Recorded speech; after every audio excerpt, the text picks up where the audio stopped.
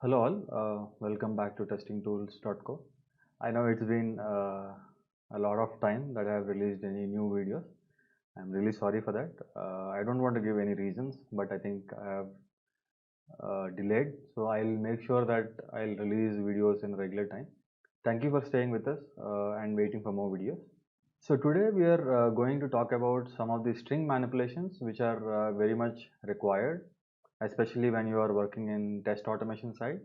The reason is, let me tell you, there will be cases where you will be automating test scenarios, right? For example, we are trying to automate a e-commerce application. In an e-commerce application that is like Amazon or maybe Flipkart or something like that, right? So we try to add or search some items and add to the shopping cart, and then we check out the cart and then make the payment. So once the payment is done, you get a success message. Your order 1234 has been submitted successfully. It will be delivered soon. You can use this order number to track the progress. Okay. So now what happens is in the automation scenario, you have to capture that string from the application which says the order number has been submitted. So this is how it looks, right? It says your order number 1234 is submitted successfully. Please track the order for dispatch details. So what happens in the test automation scenario is you need to capture that string from the application and also get that number, that is you extract a number, and then you use that number as an input in another place. Like for example, there is a page for tracking the dispatch details where you have to give a order number, right? So from where do you get the order number, right? From this particular string only, you will have to extract that number and then use it in your tracking system, right? So in order to do such kind of things, you will have to understand different string manipulations. Okay, some of the examples are, getting a substring within a string. Like for example, just now we discussed that there is an entire string out of which you have to bring, you have to pick only some part which is required for us, or maybe you have to concatenate multiple strings.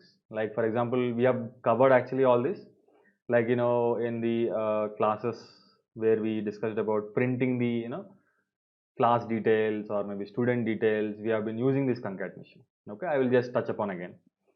And now there are other cases also where you want to find a particular string inside the string and then replace it. Okay, we will see that as well. Okay, now let's get into the Eclipse and then we will see.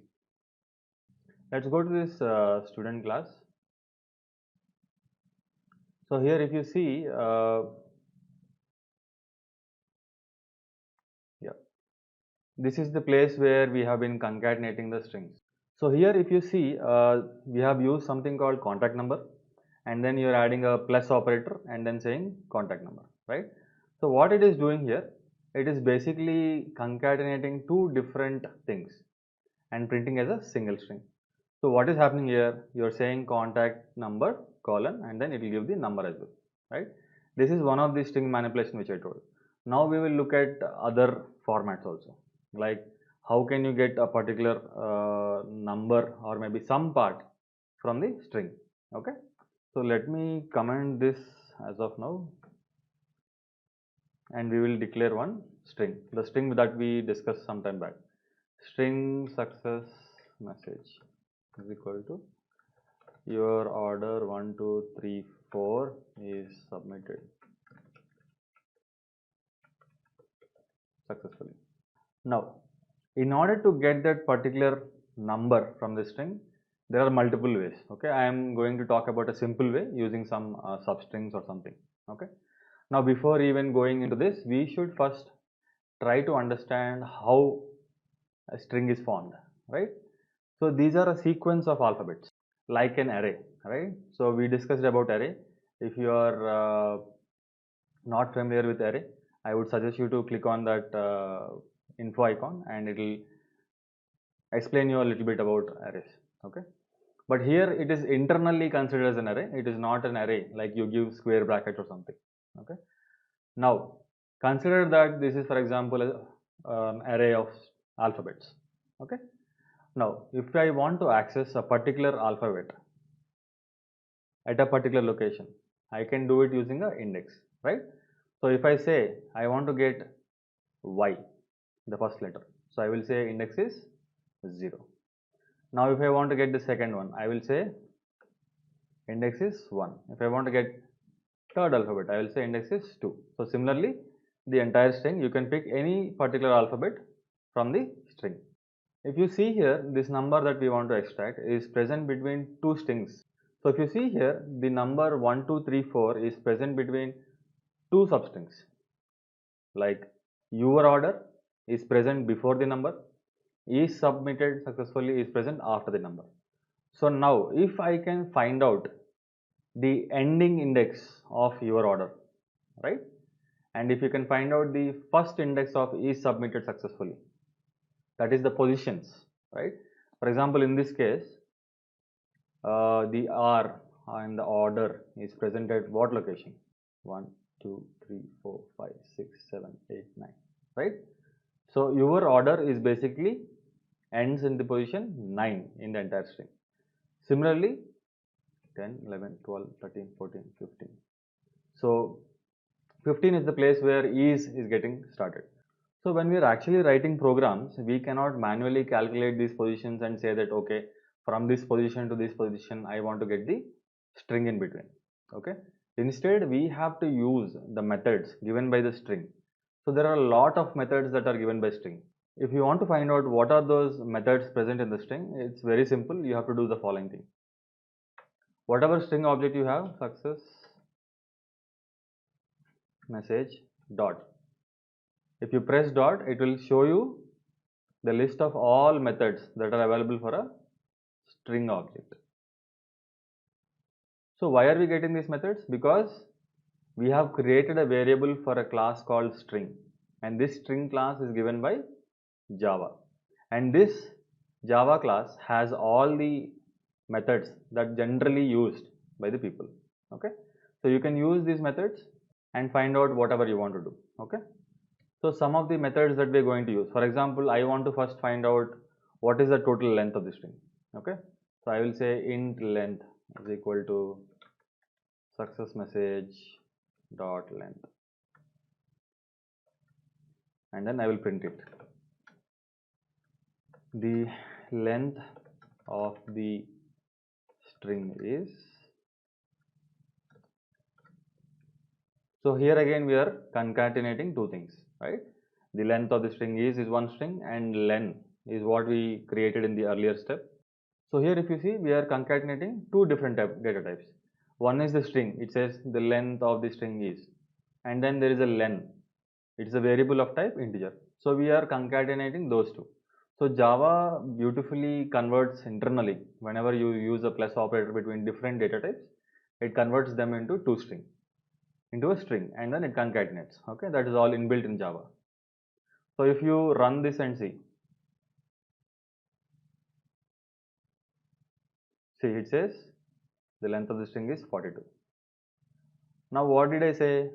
I want to get the position of the alphabet R present in the order. Or you can do a different way. There are some methods available in string. Let us see. Like for example, I will create two new strings, which is before and after. Okay. So I will say string before is equal to your order, and then I'll say string after is equal to.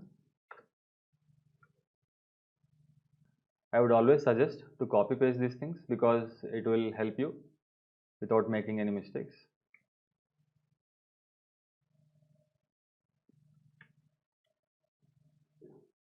Now there is another method for string which says substring. There are two methods here. One is substring with just the initial index, and then the second one is what is the starting index and what is the ending index. Okay, let us see what will happen if I use the first one. Okay, now for example I say 5. So when I say 5, it means it will print from the 6th index of the string. Okay, now let us execute and see.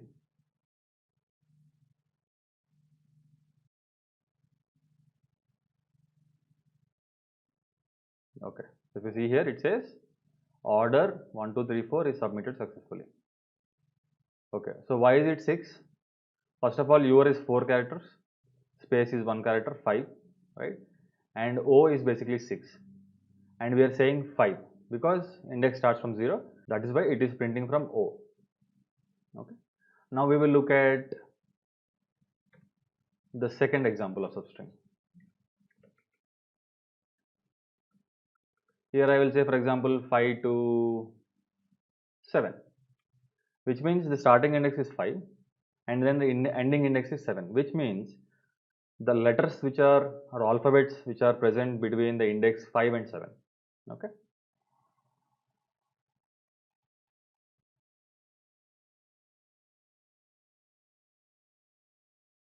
See, so it has printed only OR. The difference between 5 and 7 is only 2, right? So it is printed only two characters or two alphabets starting from 5th index. Okay.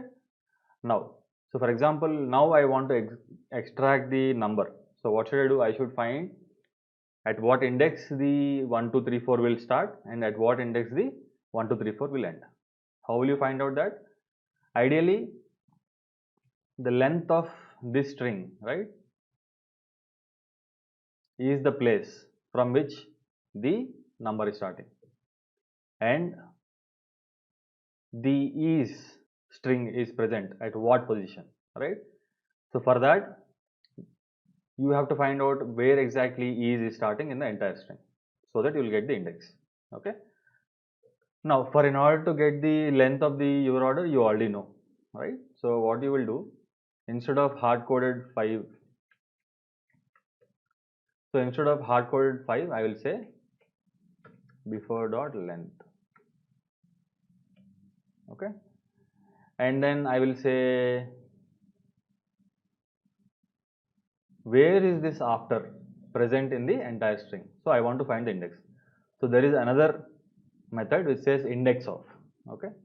So I will say int end index is equal to, in which string we want to find the index? Success message, right? So success message dot index of, what do you want to find the index of? After.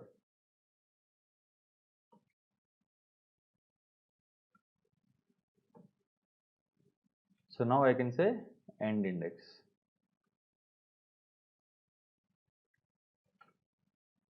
Now let us execute and see.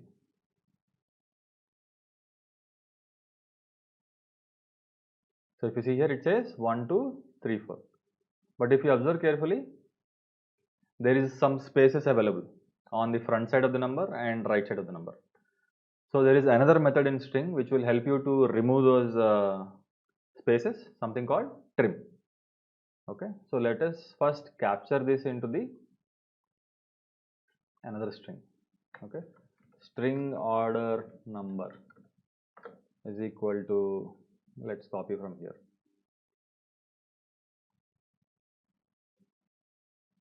Let's copy from here. Okay. Now I can use this particular string itself to print.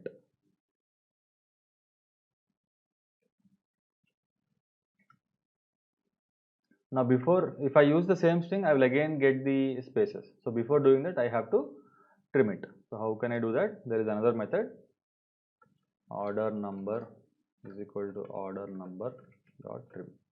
Okay, so what did we do here? Before printing, we are trimming the string. Now let us execute and see. Let us first comment this thing. We don't need the length now. Run it again.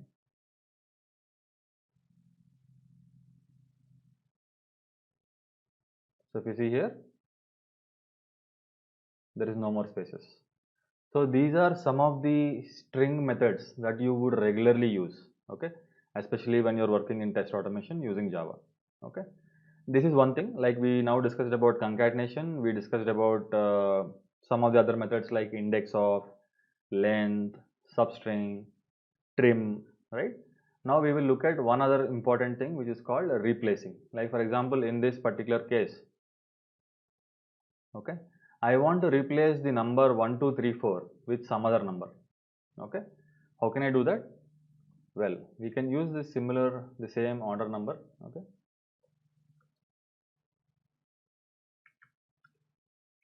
order number is equal to order number dot replace. So there is a method called replace where you can tell what is the particular string that you want to replace. Okay, so here I want to maybe replace the string called 1234. It's actually a number, but here as it is part of the string, it will become a string. Okay, now I want to replace it with 4567. Now we will print this again.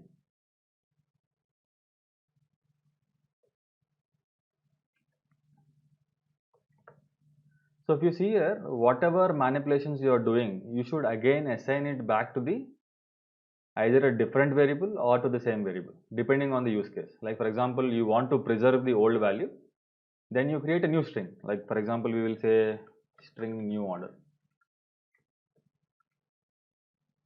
Okay. So what happens here, even if you are performing this replace method on order number, the order number will still remain the same. Only the new order variable will have the replaced value.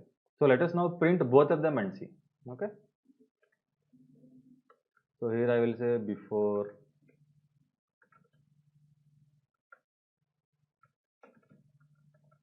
replace.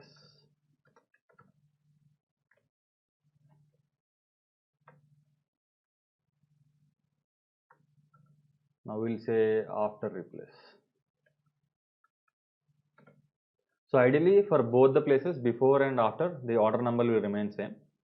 But if you try to print the new order number, you will get the new one. Okay.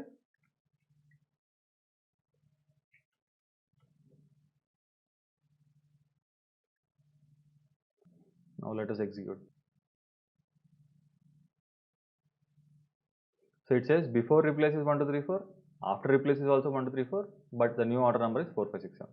Okay, it is not making much sense. So what I will do is, instead of replacing in the order number, I will do it on success message. Okay. So here instead of order number dot replace, I will do success message. So what is happening in the entire string? It will check for 1234 and it will replace it with 4567 and it will print a new string saying your order 567 is submitted successfully. Let us now execute and see. See, it says your order 457 is submitted successfully. Okay, instead of that you can even say new success message if you want to change. So these are all important, like what kind of messages you are giving, that you are printing onto console, because it will help you to easily debug when you are actually working in real-time projects. For example, you are saying it is a new order number, but it is printing the entire string. It gets confused. Like the code does not get confused. The person who is using the code will get confused. We are supposed to have order number, but it is printing the entire string. So instead of that, you can say something else. Even the variable name you can change. New success message.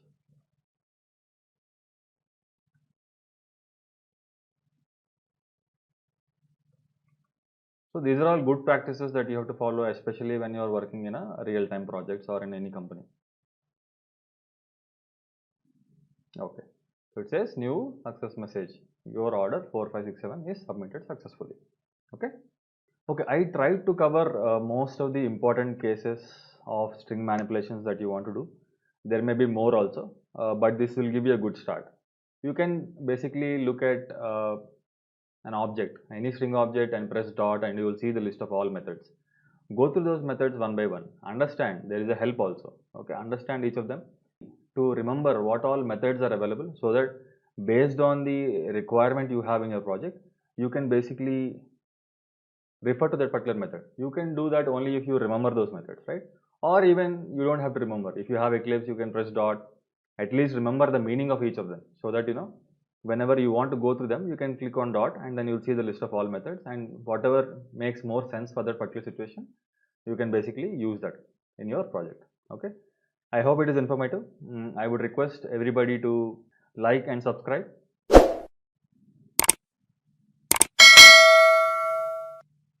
Thank you so much.